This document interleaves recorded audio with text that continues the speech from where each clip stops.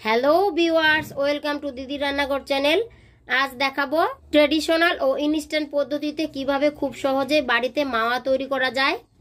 মাওয়া বা খোয়া তৈরি করার জন্য ওভেনে একটা কড়াই বসিয়ে হাফ লিটার দুধ বসিয়ে দিয়েছি, মানে আধা কেজি। মিডিয়াম ফ্লেমে এইভাবে নেড়েচেড়ে 5 মিনিট ফুটিয়ে নেব। আর জমতে দেওয়া যাবে না, তাই এইভাবে নেড়েচেড়ে ফুটিয়ে নিতে হবে।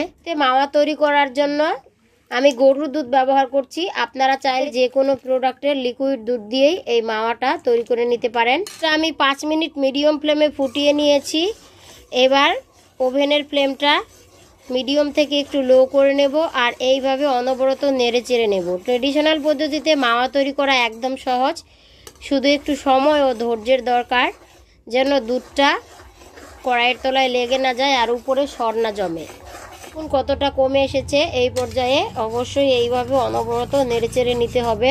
দুধটা একদম ঘন হয়ে কমে গেছে। এই অবস্থায় ওভেনের ফ্লেমটা একদম লো করে নিতে হবে আর অনবরত এইভাবে নেড়েচেড়ে নিতে হবে, নাড়া একদম বাদ দেওয়া যাবে না। এরকম অবস্থায় এসেছে, তো আমি ঝরঝরে মাওয়া তৈরি করব, তাই অনবরত নেড়েচেড়ে আরও একটু শুকিয়ে নেব। এটাকে ঘন করে এরকম শুকিয়ে নিয়েছি। এবার নামিয়ে একটা প্লেটে রেখে দিচ্ছি।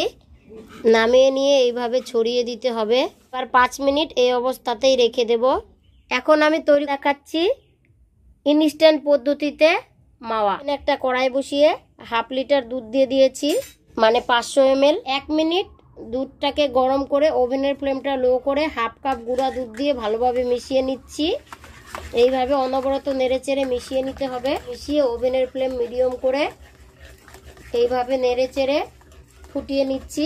ইনস্ট্যান্ট পদ্ধতিতে মাওয়া একদম তাড়াতাড়ি তৈরি হয়ে যায়। ইনস্ট্যান্ট পদ্ধতিতে ও ট্র্যাডিশনাল পদ্ধতিতে কিভাবে মাওয়া তৈরি করা যায় সেটা দেখার জন্য আমার রেসিপিটি সম্পূর্ণ দেখুন। ভিডিওটি ফলো করে অবশ্যই বাড়িতে ট্রাই করুন।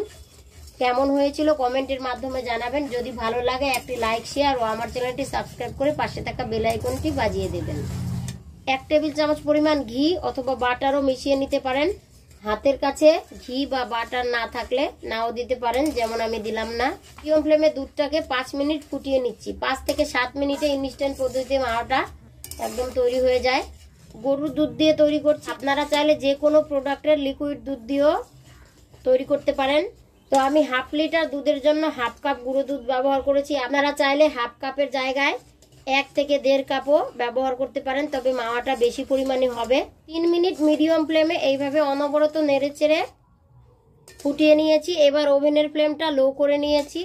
ইনস্ট্যান্ট পদ্ধতিতে মাওয়া তৈরি করার সময় উনানের পাশ থেকে সরে অন্য কোনো কাজ করতে যাবেন না, তবে কিন্তু দুধটা পুড়ে যাবে। ওভেন বা উনুনের কাছে বসে এইভাবে নেড়েচেড়ে মাওয়াটা তৈরি করে নিতে হবে।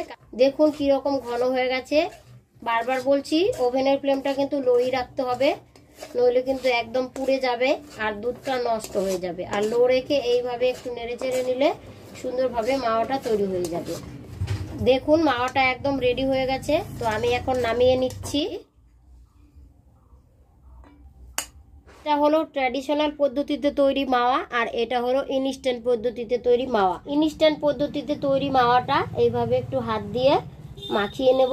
ভালোভাবে মাখিয়ে নেওয়া মাওয়াটা এইভাবে হাত দিয়ে একটু চেপে এরকম শেপ দিয়ে রেখে কাজে লাগাতে পারেন।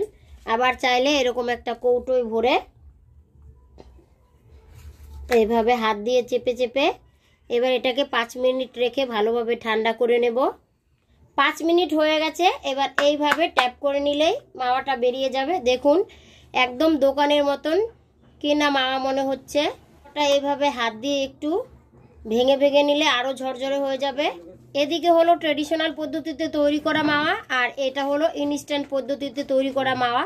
আপনারা চাইলে ট্রেডিশনাল পদ্ধতিতে মাওয়াটাও বক্সে ভরে বা হাত দিয়ে চেপে চেপে এরকম শেপ দিয়ে রেখে দিতে পারেন। ট্রেডিশনাল পদ্ধতিতে তৈরি মাওয়াটা চাইলে রোদে শুকিয়ে আরও ঝরঝরে করে তারপর ব্যবহার করতে পারেন। 2 রকমের মাওয়াই এরকম বক্সে ভরে ফ্রিজে রেখে 1.5 থেকে 2 মাস ও ফ্রিজ ছাড়া 1 মাস পর্যন্ত সংরক্ষণ করে ব্যবহার করতে পারেন। ইনস্ট্যান্ট পদ্ধতিতে তৈরি মাওয়াটা গ্রেটারের সাহায্যে গ্রেট করে দেখাচ্ছি। এই যে এইভাবে গ্রেট করে কাজে লাগাতে পারেন। দেখুন কিছুটা পরিমাণ আমি গ্রেট করে নিয়েছি। তো এইভাবে গ্রেট করে বিভিন্ন রান্নাতে ও মিষ্টি তৈরি করতে ব্যবহার করতে পারেন। অবশ্যই বাড়িতে ট্রাই করুন। আজকের মতো বিদায় নিচ্ছি, এরপর ফিরে আসবো অন্য কোনো নতুন রেসিপি নিয়ে। ততক্ষণ ভালো থাকুন, সুস্থ থাকুন।